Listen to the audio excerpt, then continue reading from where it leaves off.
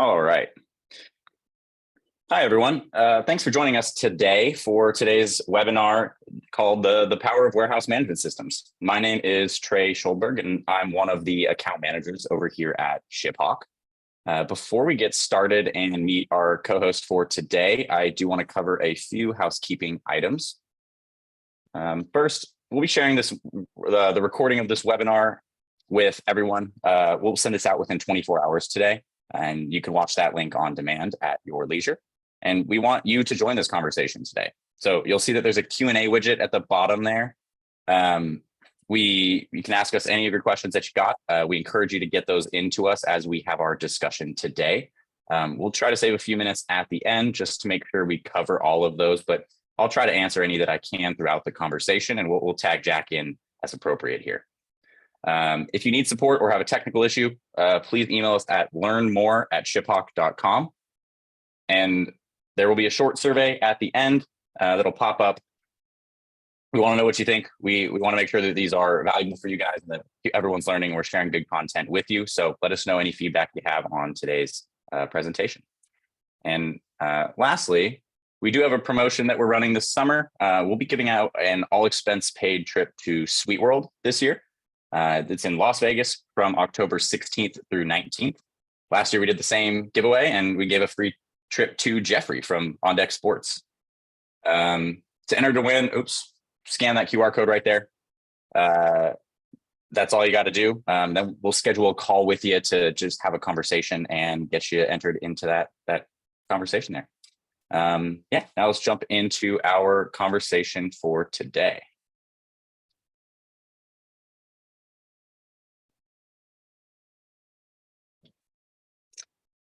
As I mentioned, my name is Trey Schulberg. I'm one of the account managers here at ShipHawk. I have had the pleasure of helping so many of our customers implement our shipping and warehouse management solutions. Today, we're here to focus on everything you need to know about the warehouse management side of the solution. First, we'll cover the core functionality of a WMS, and then we'll dive into the benefits from implementing a WMS, as well as some potential risks you might face from relying on your legacy systems or a manual process that you may use today. We'll wrap up from there by looking at the future of warehousing and make sure that we're all prepared for where your business is going. I am joined by Jack Starr. Jack Starr is our manager of solutions consulting and has been instrumental in helping ShipHawk's customers not only get the most out of their WMS solution, but going above and beyond to ensure that you receive the answers to any business problems that you're looking to solve throughout the operation. Jack, let's get started with a brief introduction. Tell us a little bit about yourself. Yeah. Hey, everybody. Thanks for joining. Jack Starr, Manager of Consulting. Like Trey said, I've really spent the last decade of my career working in operations, designing new facilities, implementing warehouse management systems. I really love working with customers, understanding their needs and challenges, and providing, industry-leading solutions like ShipHawk WMS. So excited to be here and excited to show you all the power of our WMS and what the core foundations are of it. So thanks, Trey. Thanks, Jack. I kind of want to start today by doing just a quick little poll of everyone who's here. We'd like to know how familiar you are with warehouse management systems. In my experience, we have people who've never touched one, interacted one. All they have ever done is a manual process, and then people who have been in, deep-seated operations that have used, tier 1 solutions all the way down the line. So always just helps to have a little idea of where everyone's knowledge is at on the topic. So you should see a poll that pops up. Make sure you give us an answer there if you have one. And I'll answer myself. There we go. As we wait for those to go on in, Jack, let's kind of jump into our first question for the day.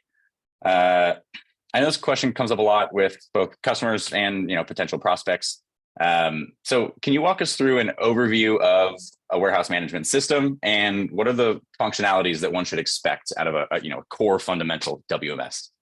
Yeah, great question. Well, let me go ahead and share my screen here and we'll get going on that. So ShipHawk, and just as a WMS, I always say automate the world behind the buy button. That is what ShipHawk is really focused on. And when I think about a WMS, That is really what we're trying to do. We are trying to automate and give better visibility into your operation, into your warehouse. So looking for advanced end-to-end warehouse and shipping solutions is what we do. So when we look at something like this, just a summary of our capabilities, you see there's a lot on this slide. That is because ShipHawk WMS and shipping is really robust in the marketplace, where we're taking everything inside of the four walls: receiving, picking, packing, shipping, inventory adjustments and inventory management, cycle counting, right? Having an automated cycle counting is a big feature of a WMS, and one that we have an extremely great handle on. And then things like the ability to search, right? We hear from customers so frequently, hey, where is this inventory? I need to go into my ERP to find it. Well, no, that's what a WMS is for, giving you a quick and easy, simple solution to find those details. And then lastly, KPIs, right? Key performance indicators. Our solution has these built right out of the box, so you can see performance metrics, see what upcoming work the system is telling you, hey, you're about to get hit with this many orders that are split out in this way. So overall, I'd say that this is what our summary of our main capabilities are. But the one thing I want to touch on here is, where's our value here, right? ShipHawk WMS is an automated system which synchronizes people, processes, equipment, and inventory throughout a distribution center with the sole mission of serving customers' needs in the most efficient, accurate, and compliant manner possible. So I think the key word there is synchronizing, right? Is how can we have multiple people working in the warehouse seamlessly without having to talk to each other? How can a system really guide them through their functions and give them a sort of plan for how they need to go about their day and get things picked, packed, and shipped, right? At the end of the day, that's what we're focused on, getting orders out the door. I think that's a good time. So results of that poll, just so everyone in the audience is aware, it looks like pretty heavy split. Most of you are somewhat familiar with a warehouse management system. About 20% of you are very familiar. And then there's a little under 10% of you that don't have very much information at all. So looks like most of us have some understanding, but there's some room to improve and know what these systems are capable of. So great to know. Thanks, everyone. Jack, before we take a deeper dive and look at some of the more specific benefits and automation workflows that we can provide here, help us understand some of the limitations that exist in legacy systems, those older ones or manual processes today, and how a WMS can address some of those challenges or enhance that optimization. Yeah, absolutely. Absolutely. Well, I always think of this as, so what is important, right? That's kind of the core question here. What's important about a WMS? What makes our WMS really shine in that manner? And I say kind of a couple of key points here: placing inventory where it's needed most, right? It's not just putting inventory away and knowing where it is. It's really thinking about it should go here because of a process down the stream that it might impact. Combining tasks to minimize movement. You're going to hear me talk a lot about the movement of goods and people through the warehouse, and how they both are very key in understanding just how efficient your warehouse is going to be. Maintaining accurate inventory. Everybody wants accurate inventory, right? Delivering an adaptive and awesome experience and empowering the workforce. That's something you hear when I'm talking with customers. They're telling me about their warehousing process. Maybe they're cycle counting on paper, right? That's not empowering the workforce. That is data entry that then has to go back into the ERP in a very manual fashion. We don't want your team spending time on that. We want them spending time on processes and actions that really matter to the outcomes of your fulfillment center. So what are the best practices we are trying to achieve? You can see right here just 5 key ones that are kind of mimicking what we spoke about. Inventory, which has velocity, categorization, demand, utilization, right? How much of your warehouse are you actually using for inventory, for movement of goods? Tasks, all about travel, right? You're going to hear me say some statistics later on about how much time in a warehouse that users are actually spending on travel. Spoiler alert, it is more than they're actually picking, right? A lot of it is actually foot travel. Accuracy, right? Starting and receiving, so that way we have accurate understanding of what goods have come in and what goods are going to go out. Agility, right? A unique outcomes via standardized process. So whether we're receiving something against a purchase order, whether a transfer order, an RMA, we want the agility to be able to say, hey, these all look and feel the same, and they're standard processes, but they all have some sort of unique outcome, right? right? Your RMAs, your return product go into an RMA zone, while your standard goods go into the dock and eventually get put away. But they're standard processes that look and feel the same to your team, which comes into that empower, right? And experiences that make the job more rewarding. I remember when I used to work in a warehouse, people on the floor would get frustrated, right? I can't find this inventory. I'm having to recount this multiple times in order to get the proper result. That's not what we want. We want their jobs to be easy. We want them to look forward to coming in, knowing they have a solution that really helps them throughout the day, not hinders them. So important. So let's talk about sort of the foundations of what a WMS are and how they improve efficiency. I really picked out 4 right here, 4 that I see as really high value in the marketplace and that I hear from customers all the time of new concepts that we're really introducing to them. So we're going to talk about bin location sequencing. We're going to talk about automated batching, cycle counting and inventory count visibility. And then of course, operator performance metrics, something I talked about so important to everybody working in the warehouse. So let's jump in. Oh, we have a question, Trey? There isn't one, but I do want to call out because that was a great little intro, sets the stage well. If you have any questions, anyone, now's the time to start getting those in there. We're going to lead into these topics. So if there's anything that you struggle with today, get those in there. We'll talk about them as we go through the next part here. Go ahead, Jack. Yeah. So let's talk about bin location sequencing. Why is this important? And I had the question here, and I want to pose this to all of you as you start to think about a WMS, think about your operation, is how do you think about your warehouse layout? A lot of people think about and look at their warehouse and say, yep, I've got what I've got. But how do you segregate products within your facility? How do you let a software like ShipHawk WMS really optimize your putaway? Well, all that has to be done really before the WMS ever comes in. You have to have a good strategy for understanding, hey, these goods go here because maybe the dimensions of the pallets fit really well over here. Maybe these products are very high velocity, so we want those as close to the outbound shipping dock, right? Maybe you have certain goods that can't go next to each other. So this is a really great graphic to sort of highlight that. This is an example layout from one of our customers where you can see they've really broken out their facility into Amazon freight staging. All these different colored sections mean different types of products must go in that set of locations. So think about how efficient they are, right? If I've got to pick an Amazon order, or I've got to pick, like you can see right here in the green zones, my A items, those are my highest velocity. This customer has already done a lot of the legwork to really tee up their pickers for efficient picking and processing. Because now we know, hey, I've got a high velocity A item order. I always know that's gonna be right here. I'm not bouncing between all the different locations and aisles in my warehouse. No, they're very consolidated for a very streamlined and efficient picking process. And then we can see right here, these are inbound rules. I just wanted to highlight this because we're going to see another slide on it coming up. But this just really speaks to that. Once you've thought about your warehouse layout and what it looks like, we will actually implement inside of our WMS rule logic to really help optimize that. That way it's never, hey, no, Jimmy's worked here for 10 years. He knows where everything goes. No, let's bring this into the solution and let the system make all those decisions for you. Thus, once again, empowering your team to be more efficient and to have to think less about where things will go, right? That causes stress sometimes, or maybe they don't want to make that decision.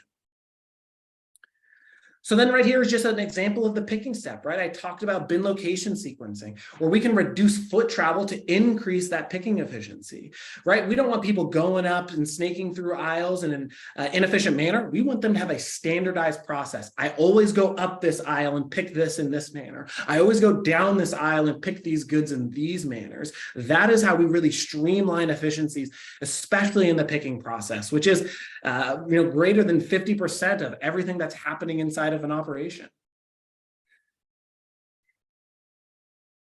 So next, we can take a little bit deeper dive, right, Trey? Is that I think we want to get into talk about some streamlined inventory management, some other pieces? Oop, I turned on my camera, not unmuted myself. Yeah. So let's start that deep dive and let's talk about some of the specific benefits you can expect from implementing a WMS. Covered a little bit of those, but it's the streamlined inventory management, enhanced order fulfillment, overall warehouse efficiency, and then the enhanced customer service, the ability to serve those customers cleaner. Yeah, absolutely. So, so starting off with just streamlined inventory management, I think that at the core, inventory management has to start with cycle counting, right? Anybody that's ever talked to me and really gotten into it, I always say inventory management is the glue that keeps an operation running. You've got receiving, you've got picking, you've got packing, you've got shipping.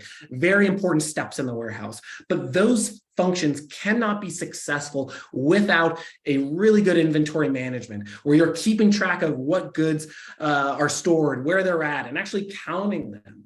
So what I've got right here is just a look at our cycle count process. And I'm actually going to jump into this very quickly in our solution, where we're looking at counting inventory across many different facets or filters. We can look at bins per aisle, items, quantity thresholds, so important. I always say, you guys, many of our customers come up to Black Friday and maybe their A velocity items haven't been counted from end to end, right? Maybe they've done some counts here, some counts there, but maybe we say, hey, anything less than a certain quantity, we need to count in our facility to get ready for a high volume season. Recount requests, right? Maybe you've got a location that struggles to get counted properly, right? When I used to work at a facility, one of my first roles in the warehouse, we had a location right next to the break room.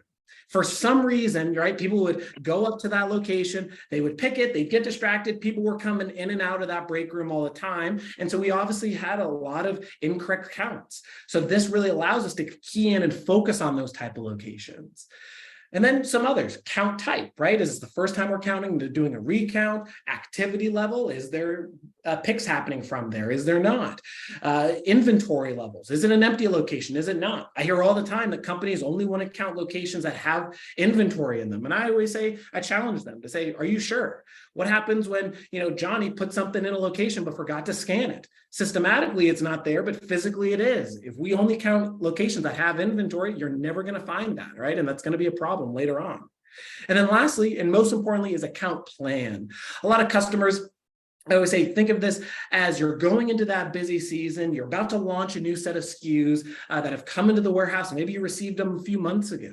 Maybe you want to just do a cycle count to really confirm that inventory exists in the proper locations. So a lot of flexibility here.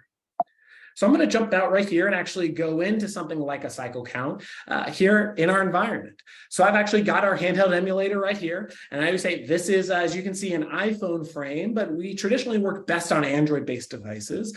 So don't want to scare anybody there. So what we're going to do is we're just going to jump into something as simple as the cycle count process. You can see all of those filters that I mentioned earlier, starting at a specific bin or aisles, counting low inventory, doing a count plan, recount requests. But I'm going to do this over here on the handheld so you all can see what that looks like. So by going into the count process, I have all those same filters here. I've got a couple options. I can begin that directed counting. Being directed through the count process means that we've set up sort of a plan, right? We've set up thresholds to say, hey, we want to count all of our A items every week, every other week. We want to count our B items every month, right? And then maybe we want to count our C items every quarter. So the system is generating these tasks behind the scenes. Now it's as simple as your inventory specialist team coming in here throughout the day, right? Hey, I need to do 10 counts. That is what the SOP is for me. And to hit that begin directed counting. So from here, we can actually see the system's driving us to a specific location. So we're going to pick that A2 1D2 location. We're going to scan, verify it to make sure. We're then going to have to scan or enter that item ID that we're picking or going to be counting. So you can see here, we've got a list box. This is purely for convenience. A lot of our customers have come to us and said, hey, my picking operators don't have an actual scanner. They've got a laptop, they've got a tablet. They need to be able to see and select it. So that is why we provide that is for those customers. So we're going to go and continue the count here. We've scanned that item and now it's 100% blind. We do not have a quantity available. I have no idea. I have to physically count what is right there. So I'll do that. And I'll say that, hey, there's 25 quantity eaches and they are all good. And we will save that count. So now from here, it's as easy as staying at that current bin, traveling to the next bin to continue this count process. And you can see how it's automated, right? The user's never really having to think about where they go or what items they count. Let the system handle all that for you. And I think this is a great example of that automation and taking all that knowledge out. I hear from so many customers, they're printing out count sheets, they're writing down the counts, they're going into the ERP, they're creating inventory adjustment, hours and hours and hours of work that could easily be eliminated by using a WMS that has this type of feature, right? And that's what we've got here at ShipHawk. So I see a question here from an anonymous attendee that what makes iPhones worse than Androids with your software, right? It's really not about what makes them worse with our software. It's actually how iPhones handle an actual scanning device. So it's really, you can use iPhones, absolutely, but I can tell you that there's a much better customer experience with Android-based devices like a Zebra TC70, like really any Android that has that integrated scanner. So nothing worse about it, just it's about usability and that user experience. And I'd say every customer I've worked with really prefers using an Android device. So along with this, now that we're done with this cycle counting, we've completed it, I always love to run through the basics of just what looking at review results looks like.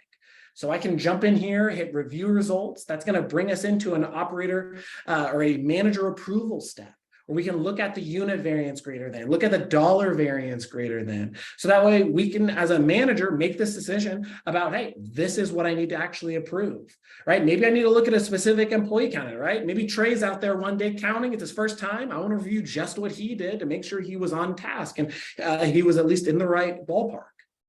So we can resolve these counts right here. So we can see every single task that was cycle counted. We can see the item, we can see the location, we can see the quantity. So if I have the item across multiple locations in my facility, we'd be able to see that and track that here. All right, a lot of customers say, well, what happens when I cycle count, maybe negative 50 units out of one location, but those existed somewhere else? And I'd say that is the process of keeping your inventory in flow, keeping inventory specialists cycle counting throughout the day, throughout the week, throughout the month. Those numbers will essentially come out in the wash as a lot of customers think about it. Yeah, and actually, some of our just customer feedback on our system as a whole, we're seeing doubled employee productivity that scales with the system, improved accuracy and real-time data behind those devices, top to bottom, and then increased cube optimization and utilization, enhanced scan pack performance. All of that stuff fits right on in there and is what we hear from a lot of our users. Yeah, absolutely. Yeah, we hear that. They're scanning more. They don't have to have that sort of human-to-human contact of what order do I pick next? Where do I need to go to actually complete this cycle count? And here's another example of that manager approval step, where we're making it easier for your managers, your supervisors, your leads to go in and review these results. So I've got a pretty good example right here where we've done 2 counts, right? Over a given time, a couple months in between these counts. So I can kind of see where was that last time.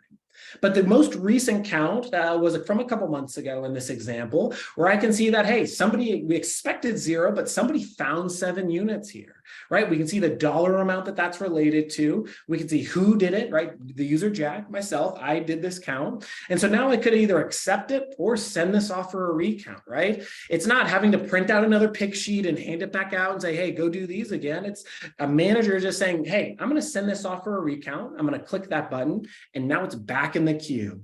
As the team cycle counts through the handheld, they're going to be led to this location based off of its priority, based off of the urgency. So now there's really, like I said, none of that human-to-human contact being done right there. So that was just a moment we wanted to talk about that cycle counting feature, just to talk about the inventory management, right? There's so many other pieces around automated bin transfers and replenishments, right? Keeping your inventory and getting it to the right location at the right time. But one thing I definitely want to cover now that a lot of people talk about is looking at user performance and KPIs. So what you guys saw, and actually I'm going to show it to you in our environment right here, is we're going to take a look at one of our dashboards that a lot of our customers I hear utilize, which is here under the inbound status summary. And I'm just going to pick a date from a while ago to just show you of the all activity today. So every single transaction in ShipHawk is going to be stamped with a who, what, when, where. That is how I like to think about this, right? The who is, hey, Jack did this action. He did a cycle count, which we just did a few minutes ago. They did it at this location. This was the type of cycle count it was. If there was any license plate or container ID information, we would obviously show that. We can see here on the record below that I did a putaway recently from the dock into a B aisle location on this license plate. And then here's that timestamp. So that way I can obviously have those operator performance metrics that I'm about to show. So what we actually have here in the operator and user performance is really sophisticated dashboards that think about operations in two ways. We think about it in terms of operator performance, right? How is the team in general doing, right? Are people picking to the baseline? Are they really, receiving, packing, and shipping comparative to other people, right? If you, in this example, you see this orange line, this person is an absolute rock star.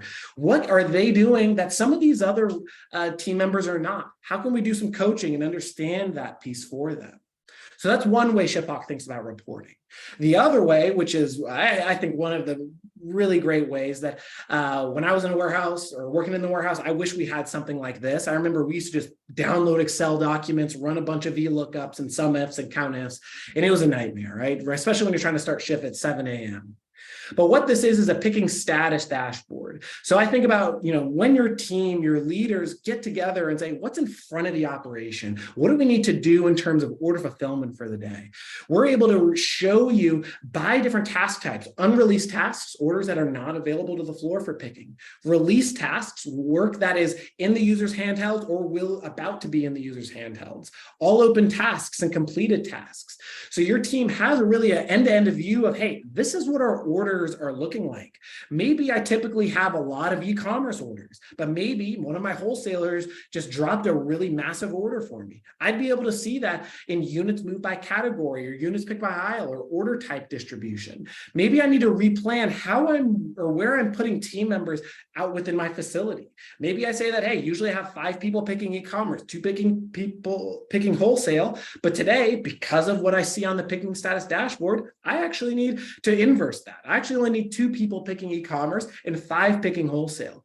Trying to give you proactive data and information so you can be proactive with your planning, right? Worst thing in the world is you just run out of e-commerce orders and now you're behind on your wholesale orders because you just kind of had no idea.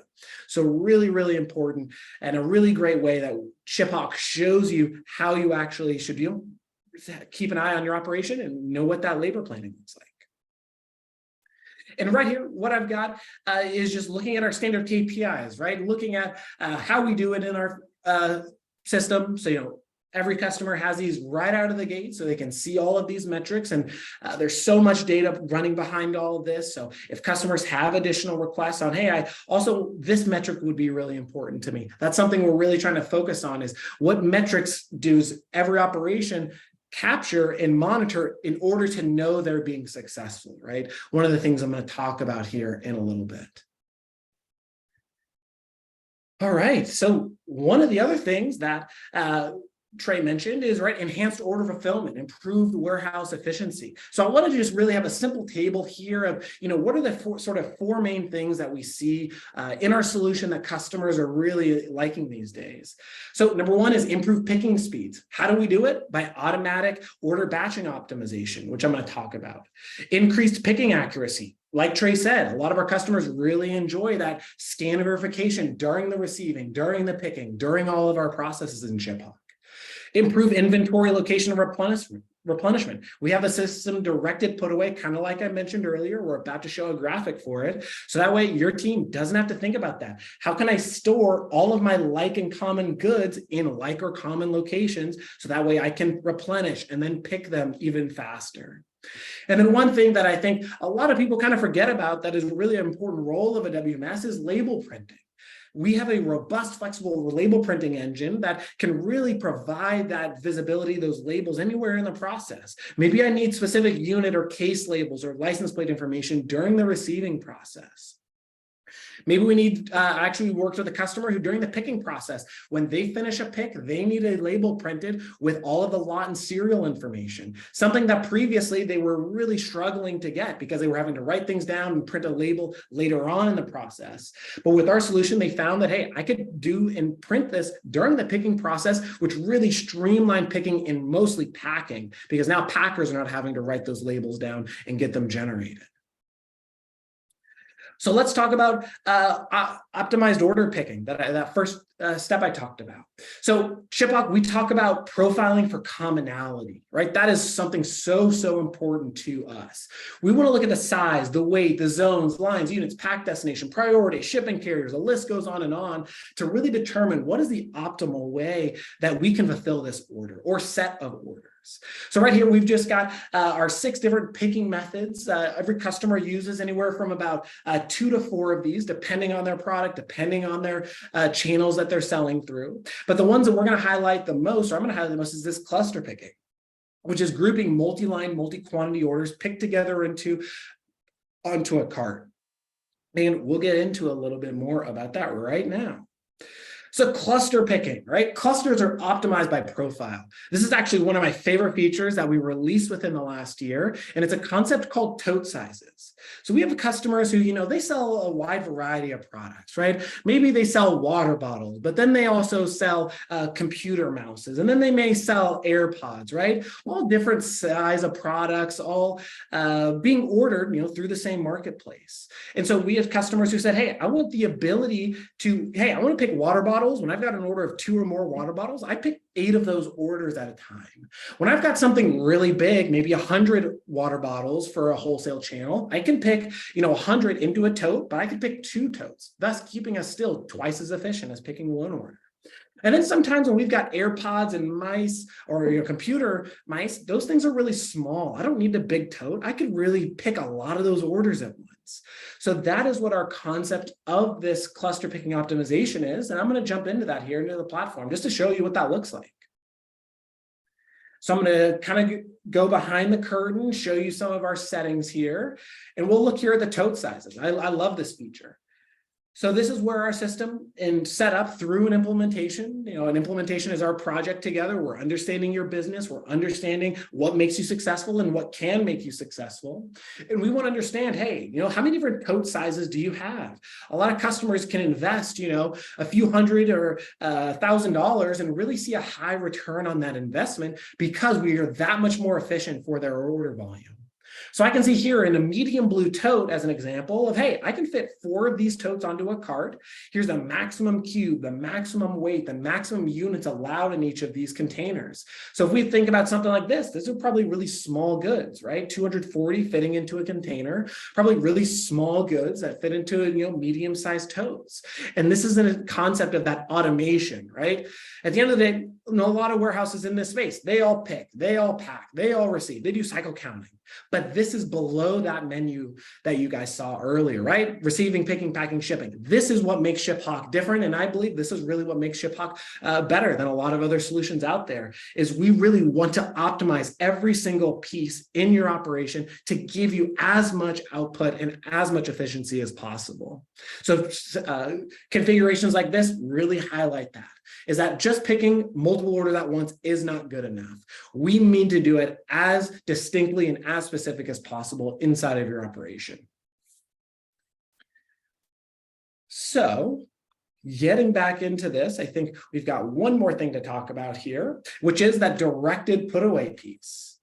So the last thing I will talk about here is on the directed put-away side, we've talked a lot about that warehouse layout, right? Thinking about your facility, thinking about where goods should go. But once we actually get that into the system, this is kind of a good graphic to show what that looks like.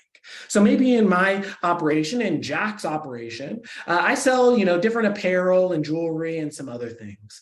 So what it looks like in our system is, hey, I've got shirts. Shirts are my fastest mover, right? So men's and women's tops. And so I can actually see we have a rule set assigned to them where every shirt that we receive is always going to be driven into these 3 blue zones, right? The fast mover A, the fast mover B, the fast mover C.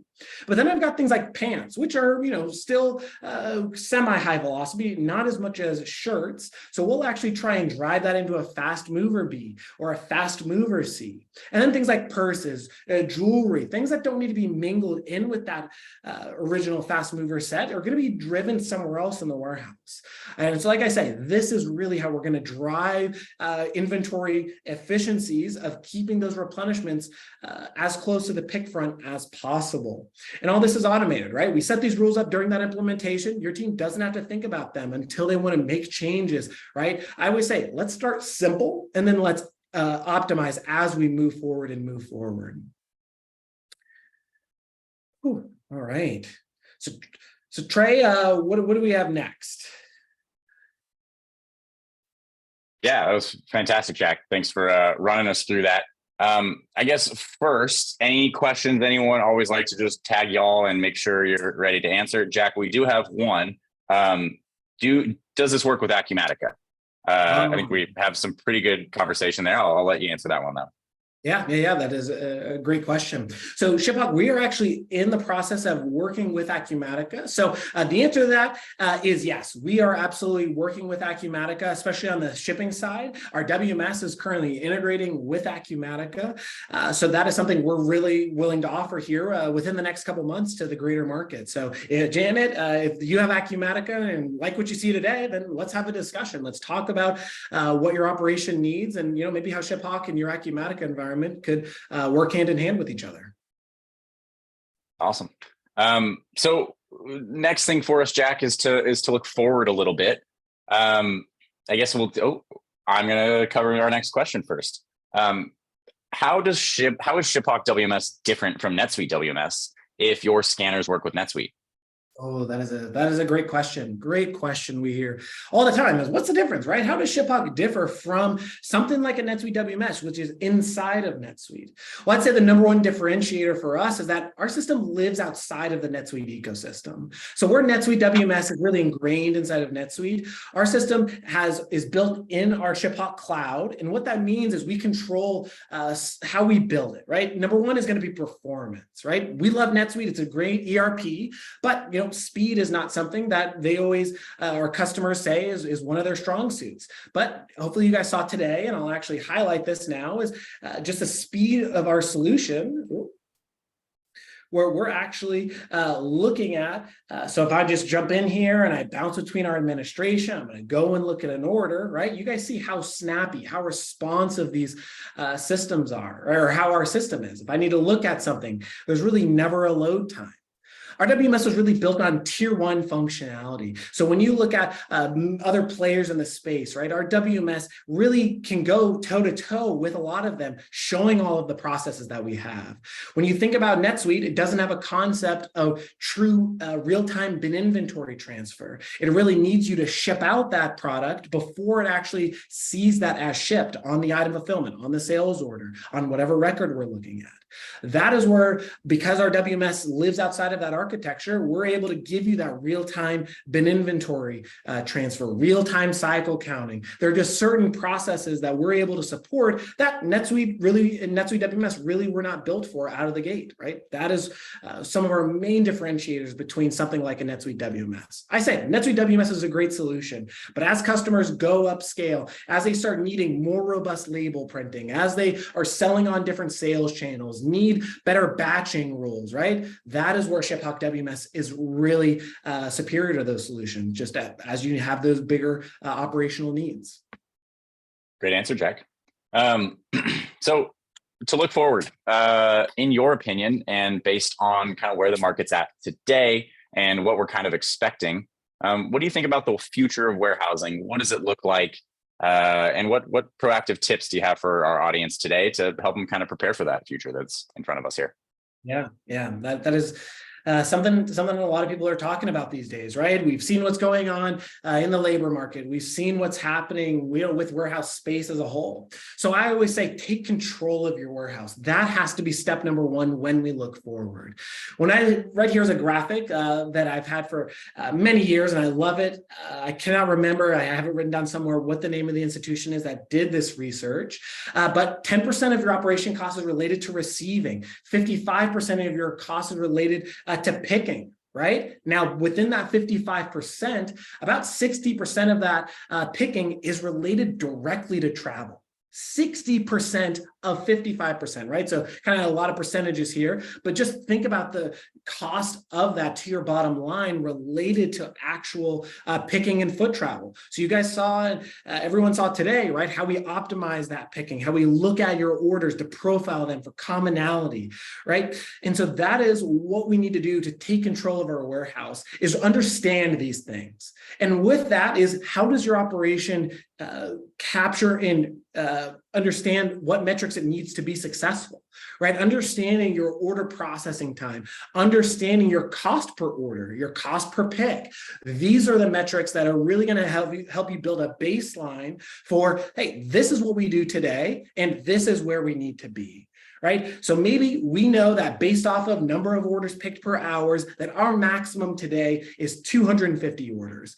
With the current staff, and maybe we'll say 5 pickers, we know that if we had to max out, we could get to 250 orders. But what happens when you start to scale and now you're at the 300, 400, 500 orders?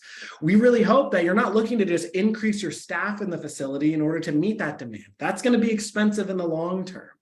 Bringing in a solution like ShipHawk WMS is going to give you better visibility, is going to give you better automation that we've talked about today. So that way your long-term growth is not hindered by the labor that your warehouse has to depend on.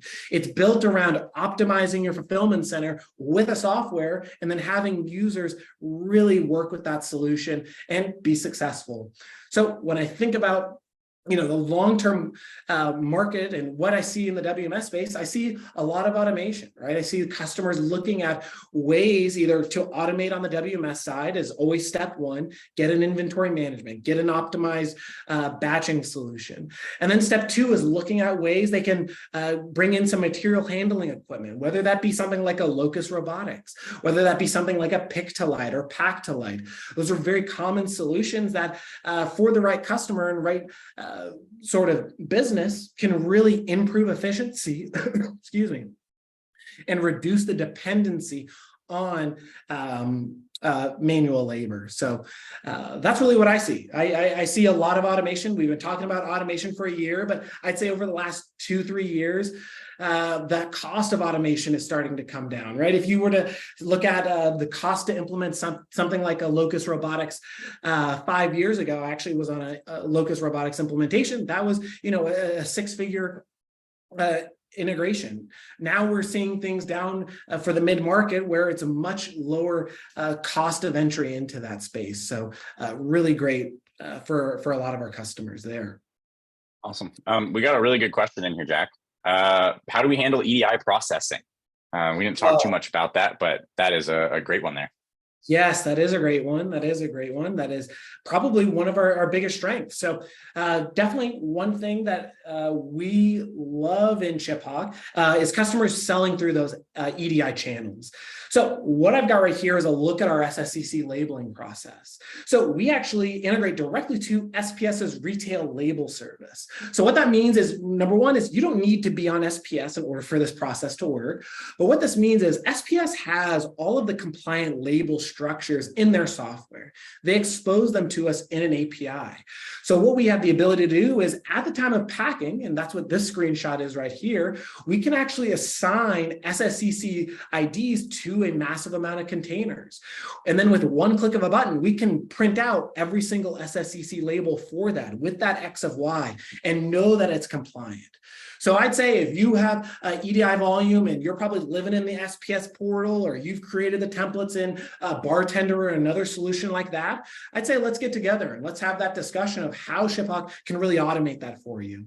Because even on the back end, after we've processed those in our WMS, we're going to push back that EDI 856 ASN information back into your NetSuite, right? That CSV that you've got to get into the EDI provider's hands, along with all of the label and carton information, right? Written back into NetSuite. All of that is supported out of the box. It's one of my favorite features in the WMS that we have, because this is a challenging process. And SSCC labels and staying compliant and getting everything, all the information right on the labels, is time consuming and challenging. And this is one of the biggest areas that ShipHawk WMS can improve that efficiency and reduce the lift from your team on that. So that was a great question. And that's all of our questions. So if anyone has any other final ones after we've kind of been talking about these here, make sure to throw those in there for us.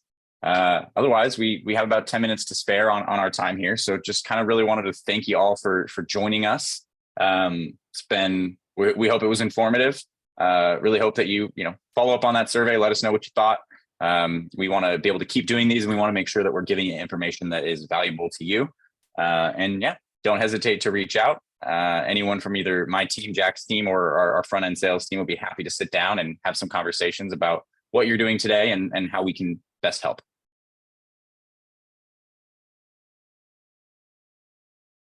Thanks so much.